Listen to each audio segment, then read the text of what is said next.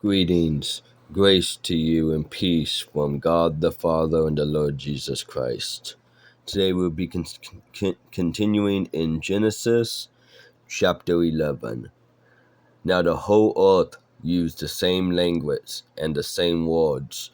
It came about as they journeyed east that they found a plain in the land of Shinar and settled there. They said to one another, "Come, let us make bricks and burn them thoroughly." And they used brick for stone, and they used tar for mortar. They said, "Come, let us build for ourselves a city and a tower whose top will reach into heaven, and let us make for ourselves a name, otherwise we will be scattered abroad over the face of the whole earth." The Lord came down to see the city and the tower which the sons of men had built. The Lord said, "Behold, they are one people, and they all have the same language, and this is what they begin to do. And now nothing which they propose to do will be impossible for them. Come, let us go down there. Let us go down and there confuse their language, so that they will not understand one another's speech." So the Lord scattered them abroad from there over the face of the whole earth, and they stopped building the city. Therefore its name was called Babel, because there the Lord confused the language of the whole earth, and from there the Lord scattered them abroad over the face of the whole earth. These are the records of the generations of Shem. Shem was 100 years old and became the father of Arpachshad 2 years after the flood.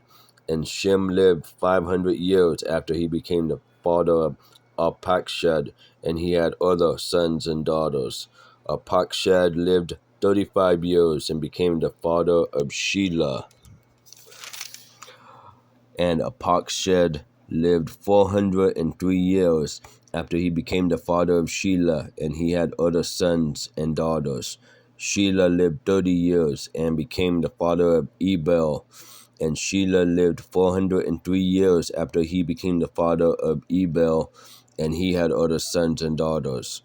Eber lived 34 years and became the father of Peleg, and Eber lived 430 years after he became the father of Peleg, and he had other sons and daughters. Peleg lived 30 years and became the father of Reu, and Peleg lived 209 years after he became the father of Reu, and had other sons and daughters.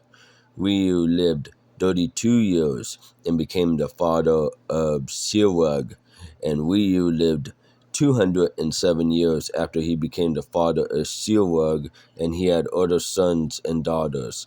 Serug lived 30 years and became the father of Nahor, and Serug lived 200 years after he became the father of Nahor, and he had other sons and daughters. Nahor lived 29 years and became the father of Terah, and Nahor lived 119 years after he became the father of Terah, and he had other sons and daughters. Terah lived 70 years and became the father of Abram, Nahor, and Haran. Now these are the records of the generations of Terah. Terah became the father of Abram, Nahor, and Haran became the father of Lot. Haran died in the presence of his father Terah in the land of his birth in Ur of the Chaldeans. Abram and Nahor took wives for themselves. The name of Abram's wife was Sarai, and the name of Nahor's wife was Milcah, the daughter of Haran, the father of Milcah and Iscah. Sarai was barren, she had no child. Terah took Abram his son, and Lot the son of Haran his grandson, and Sarai his daughter-in-law, his son Abram's wife. And they went out together from Ur the Chaldeans in order to enter the land of Canaan. And they went as far as Haran and settled there. The days of Terah were 205 years, and Terah died in Haran.